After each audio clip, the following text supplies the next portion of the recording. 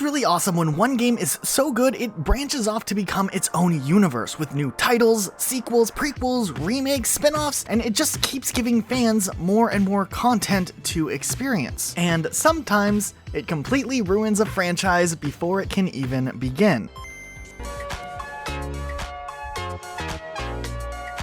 As a kid, I absolutely loved Pefect Dark. Not only was I a huge fan of Goldeneye, I used to play it with my brothers, but when Pefect Dark rolled around, it was a big deal because it was a game for the first time in my own gaming experience that you could play through the main campaign story co-op. Sure, other games had done that in the past, like Battletoads, but as a younger gamer and one that often had to kind of sit on the side and just watch my older brother play through video games, getting to actually plug in and be a split-screen player was a huge appeal to this game. And besides just that, this game was really good. It seemed like with Pefect Dark being Rare's follow-up to Goldeneye, Rare kind of knew that they had to completely up the ante. Sure, they lost in a bidding war for the James Bond rights, so they had to come up with a fresh idea, and they decided to go all out. They knew exactly what worked so well in Goldeneye and wanted to keep that at the root of the game, and they knew what worked for Goldeneye and wanted to expand on those things. They wanted a spy game that people knew was like Goldeneye, but they also wanted to do something different that wasn't just a regular James Bond knockoff, and thus Pefect Dark was born. Now, you might have already noticed for this video I am recording the Xbox Live Remaster, as it has better textures and a clearer resolution, and it also has online, so I was able to play through this with my friend Dim, and for the most part this version is mostly the same other than a visual boost and some control enhancements that we can talk about a little bit later. But when 2000 rolled around, Rare dropped Pefect Dark, and thus this intellectual property was born. And Rare really went the full distance with making a game that had everything that, honestly, the Nintendo 64 could offer for its time. It had full voice acting, fully animated cutscenes, a really intricate narrative, and a new character, Joanna Dark, who would serve as the mascot of this new franchise. It still kept the main focus of having this spy-type feel to it, like we saw in Goldeneye, but they also mixed it in with some really interesting futuristic sci-fi elements. This game takes place in the futuristic year of 2023, where there's flying cars, which I guess they never really thought whether or not this would ever become dated. It really was a unique atmosphere to root this spy FPS game in. But what's really appreciated is how, when developing this game, Rare feature-wise took a look at all of the things that were so awesome in Goldeneye and tried to flesh them out, or just up what worked in their previous game. They took little ideas that had worked before and really expanded them, like split-screen multiplayer, which was something that was integral in making Goldeneye a massive hit, was of course brought back again in this and then expanded upon. They added new multiplayer bots that you could go up against if you didn't have friends over. Of course, they added the split-screen co-op I talked about a little bit, and then they even added a counter-operative mode where one person is playing as one of those AI random henchmen and has to try to stop the overpowered protagonist. It's kind of awful, but it is really interesting they included it. They expanded on the weapon pool that was so awesome in Goldeneye. They added a ton of different guns and had a lot of variety. They put a bunch of futuristic ones with different firing modes and special abilities on each individual weapon. And while Goldeneye relied on things like long chapter books on your screen to read through what the story is, this game went ahead and went with full-on voice acting, animation, and a story through cutscenes, which was really cool to see on an N64 era game. And what's interesting is that while this game ended up being a spiritual successor to Goldeneye, it was fresh and oozing with originality in every aspect. And in my opinion, it shaped up to be one of the best spiritual sequels ever made to a game, which of course is pretty interesting when you look at the road that Pefect Dark had after this. But one of the reasons why Pefect Dark was so great is that it had gameplay that was, of course, similar to Goldeneye, one of the most revolutionary FPS games of its time, but this was enhanced in every aspect. The graphics looked a lot better, the enemy AIs were still satisfying, but they also were a little more intelligent. You never felt like you were just running into enemies that were just standing guard mindlessly, or at least not as often. The level design was a little bit more linear, where you felt like you knew where you were going, or at least if you're lost, you could usually figure things out by looking through your objectives. And there was just so much polish to this game that I really appreciate. The gameplay felt snappy, and aim assist was present, making having only a single joystick back in the N64 days work really well here. And they did some other really cool quality quality of life things to speed the game along, like having a quick menu to pick your weapon. The story here is definitely unique, to say the least. It definitely starts out as a futuristic spy game that kind of goes to aliens all of a sudden, and then really doubles down in aliens in the third act. It definitely has its corny moments, but is it interesting and easy enough to follow and have some twists along the way? Absolutely. And the locales with this game are actually really interesting as well. Each mission kind of has something different, especially when things go super alien all of a sudden towards the end of the game. The campaign is a decent 4 hours in length on the normal agent difficulty, and while in some sections it can get easy to get lost and you might get a little turned around and not be sure what to do, if you actually pay attention to all of the things that the game tells you, all the clues, and of course the background information you have available to you as well, you really won't get too lost playing through the main story. And it works really well in co-op mode as well. Whether you're playing this by yourself or you're playing it co-op, you never really feel like having a second player causes you to miss out on some experiences that you would normally have playing solo. And while there's maybe one level that requires the second player to wait outside throughout the first half of the level while the other player goes in all secretly, other than that instance, the co-op play is actually really good and just as good as I remembered. It also feels like besides just having a good campaign and a decent split screen multiplayer, they decided to really kind of go the extra mile in putting extra features along the way to keep you interested in the game too. I really like that from the main menu of the game, you can actually walk around the main office or base that you work at as a secret agent called the Carrington Institute. For there, you can walk around and do different types of training sessions or just kind of see where you work on a day-to-day on your office days. There's a few training modes you can do, and there's the firing range, which is absolutely amazing to play. Essentially, every single weapon you encounter in your regular playthrough of the game gets added to the firing range, and from there, there's 3 different challenges ranging in difficulty that you have to accomplish to get all 3 stars. And honestly, getting the 3 stars on it is just enough of a challenge where it can be extremely frustrating when you fail, but really satisfying when you succeed. And I've spent probably an equal amount of time in the training grounds of this game in the firing range as I have just playing the regular game, just because of how much fun this simple extra mode provides. I'm definitely a huge fan of just walking around the base, and I thought it was such a cool thing to use as a way to introduce newer players to this type of game, but also have something extra. And then in the campaign, a little spoiler alert on a 20-year-old game, when the aliens attack the Carrington Institute and you have to play through a level and you see the people that you normally see on your day-to-day office jobs under attack, it's so cool, such an interesting and unique concept here, and it just made the stakes feel that much cooler as it's kind of the start of this final act where just stuff really gets insane, and it was such a unique way to just instill excitement and high stakes in a Nintendo 64 game. The game definitely goes on this weird journey from a simple spy game to crazy alien stuff, but it's fun the whole way through. There's a lot of likable characters. Elvis the alien, Joanna Dark. It's this interesting character foil between the two of them where Elvis is this kind of goofy alien and Joanna Dark is this very refined and mature spy. It kind of keeps things lighthearted but also focused at the same time. Multiplayer mode, of course, was back, and we talked a little bit about the bots that were introduced, which, by the way, were very customizable. You could switch different settings on them so they would play a specific way and have their own multiplayer type personalities. For a game that came out before Halo came out, the multiplayer works really well here, having these tight arenas with different corridors and various flanking patterns that makes it kind of come down to a battle of gunplay or a battle of who can find the best weapons. It's probably not the most balanced thing in the world, but it is pretty fun. There's a lot of dumb things that can happen when you mess around with the various settings and put some weird weapons on, and it's kind of just this chaotic fun. And while Pefect Dark definitely doesn't get the recognition it deserves for the first-person shooting genre as a whole, this right here is where the franchise of Pefect Dark peaked, and it was all downhill from here. A few months after the release of Pefect Dark, a Game Boy version was released, which was actually a prequel to the main game, and you can imagine my excitement for this as a kid when I rented this game from Blockbuster expecting an experience like this, but on the go, and then getting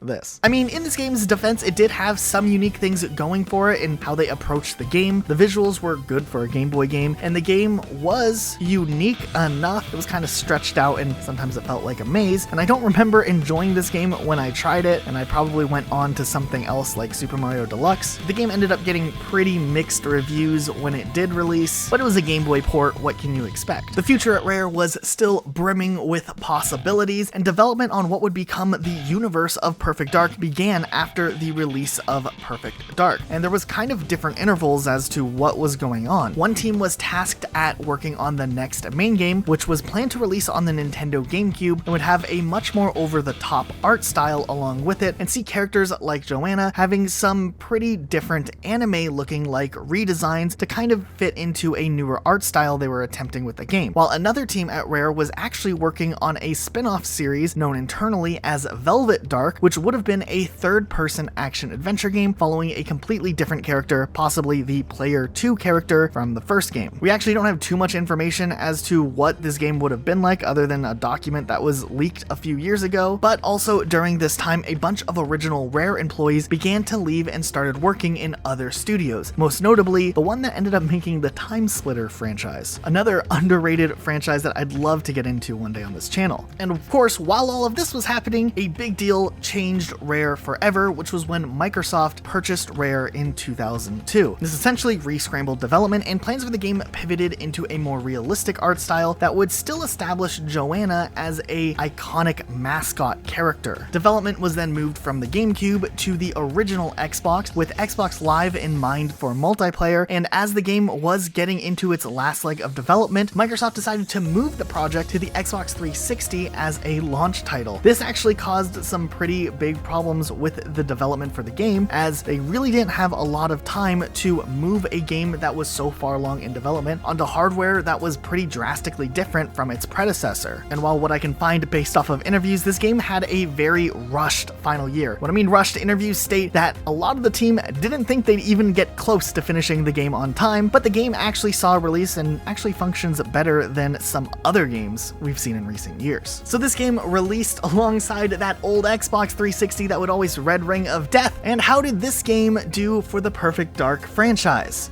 Awfully. Well, we decided to boot up this game to actually take a little bit of a look thanks to Rare Replay, and got to experience this in all of its terrible glory, brought to you by Samsung. I don't know, there was some deal between Perfect Dark and Samsung back in 2005, so Samsung's just plastered on all the game's menus for whatever reason. Alright, getting into this, we weren't going to talk about this game originally for very long, but the more and more we started to uncover what's in this game, the more content I had that I wanted to share. Playing this right after the original Perfect Dark game is one of the most jarring experiences. Firstly, it's a prequel with a story that doesn't make a lot of sense to begin with. It takes place in the year 2020, here we are, and right away from the very first level, it feels like the newer developers that were hired at Rare just played through maybe the first couple levels of the original Perfect Dark and said, yeah, we can do that, and didn't really pay attention to anything that made the original world and atmosphere unique. Joanna Dark looks different, to say the least. I guess they wanted to make this hip 2005 mascot for the 360 era, and they gave her this neck tattoo that she doesn't even have in the game that takes place after this, which still doesn't make any sense to me. And honestly, this is just a really weird decision, and it maybe almost feels like some of the promotional art that they used was more in line with what they maybe wanted this character to look like, but during development maybe they had a different plan somewhere along the line and just didn't translate the character as well. But I really hate the design of this character. Like in the first game, Joanna Dark is this really interesting character tasked in this overwhelming storyline, and in this game it just doesn't even feel like the same character at all. Joanna is extremely immature, she looks like a teenager, and doesn't at all act or look like a spy. Co-op's not any better either. We're in the Arctic and Dim is over there wearing crop tops and short shorts, I guess. That doesn't make sense. It's just really weird because there's obviously this major disconnect from the mid-2000s that thought that this game would sell better with sex appeal rather than having an interesting story and gameplay, which had already proven itself to work in a prior game. The levels in this game are really, really bad. The missions are boring and uninspired, and playing through this actually kind of feels like a chore. Now, there are some interesting things that I do want to give this campaign credit for. Some of the locales are at least interesting and varied, but the actual design for navigating through the levels is awful. Gunplay is even worse, but even more important than gunplay, just regular movement and walking feels absolutely clunky. It just feels like the character is carrying a giant boulder while also trying to walk around in roller skates. You just constantly have no sense of direction, sensitivity always feels off, and then you tie that to this gunplay that apparently was trying to find a hybrid between Perfect Dark and Halo, and it doesn't work here. They removed aim assist to go for more of something in line with what you would see in Halo, but with how clunky the movement system is, aiming can be really difficult, and then if you try to aim down sight, which was kind of an emphasis in this version of the game, you're even more restricted when you try to look around, and just the aiming feels really bad here. I tried using a sniper rifle at various times, and it was just one of the worst sniper experiences I've ever had in a single video game. For whatever reason, they decided to make your zoom distance on your scope tied to the pressure of your trigger. So if you hold down the left trigger all the way, you're going to be zoomed way too far in to whatever you're trying to shoot at, and you have to slightly loosen up how much pressure you're holding down on your left trigger to adjust the zoom. No other game's ever done this,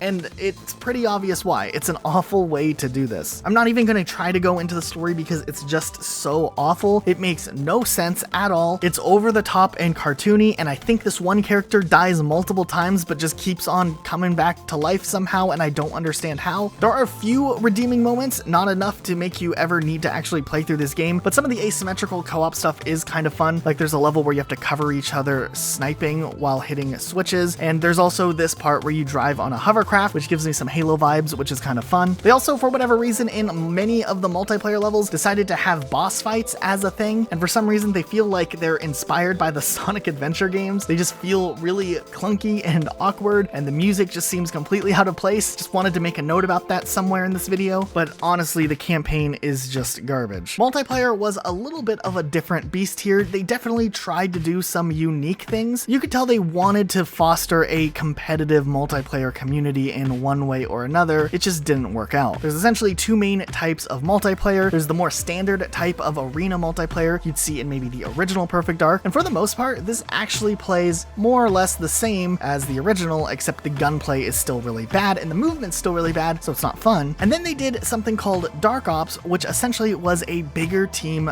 battle arena. Now this originally was intended to allow for up to 50 players, however, due to hardware limitations, they restricted that down to 32, which is still enormous for an Xbox 360 game. And essentially there was various game modes that would pit players against each other. Now in some cases you can really see inspiration drawn from other popular FPS games. There's games like Capture the Flag and some elements of buying weapons like something like Counter-Strike maybe would have, but honestly it just doesn't really play that well. We tried playing Infection and it was just not fun. Fortunately enough, since the multiplayer servers are completely dead in this game, you can't play with bots, so we were able to get some friends on to kind of see what the game would maybe feel like if you actually had a population of more than 4 people playing the game. It's interesting to really look at the multiplayer side of this game because you can tell there was an effort to be made somewhere along the way, but it just was poorly executed by the game fundamentally being bad. This probably would be the last nail in the Perfect Dark coffin, as having a highly anticipated follow-up to a game being completely awful really hinders its ability to have legs to have future games greenlit. But surprisingly enough, on the Xbox 360 and later in Rare Replay, Rare was greenlit to do a remaster of the original N64 Perfect Dark and release it for the Xbox Marketplace. And actually, this is what I played for the main Perfect Dark for this video, and I really didn't necessarily pay attention to the improvements that they made upon the original game. And while I'm usually critical of follow-ups that have big flaws in it, this remaster was handled very, very well for 2010 standards. Actually, they decided to go with making a full port of the game running the original code on newer hardware, rather than making an updated version of the game through emulation. There was a major focus on keeping the gameplay feeling the same, even though while they were rebuilding a lot of the game, they could have changed things up. They updated all of the textures, rebuilt the guns, and redid all of the skyboxes. And while I didn't really think twice about these things when I was playing through on the Xbox version for this video, yeah, I can see the major differences they made when looking back at N64 versions, and it's appreciated. The N64 version did struggle at times, and it's nice to have a version on the Xbox that's still kind of being supported that runs at 60 frames per second, 1080p, or even 4K if you have an Xbox One X. And apparently they did consider during development implementing the controls from Perfect Dark Zero and decided not to because, you know, that'd be garbage. And that's kind of where we've been left off with the Perfect Dark franchise. We never really saw anything happen again, there was rumors and speculation and early development leaks suggesting that there was another Perfect Dark game in development sometime after Perfect Dark Zero that was being built upon Perfect Dark Zero, and later it was pivoted to a different first-person shooter game not related to Perfect Dark before Rare was restructured in late 2009-2010. And Rare's just kind of been off doing a different thing for quite some time. They went on and did Connect Sports, because everyone loved Connect games, but more recently Sea of Thieves came out, which was decent, and they even hid a Perfect Dark cameo in that game, which is really cool. And in recent years, we've seen a lot of talks about the possibility of a new developer coming in at Microsoft to take over and do a reboot of Perfect Dark, which would be something I would welcome as a Perfect Dark fan, but also be very cautious just because of the reputation Perfect Dark has when it was approached with sequels and reboots and re-releases. It's really been beat up and it's had a tough time. If a developer's to take it over, they really need to focus on developing an atmosphere and a world and a universe that players care about, and then also tie it together with some good gunplay that kind of revitalizes some faster paced arena gameplay. I actually think just playing Perfect Dark on the Xbox with 2 analog sticks actually would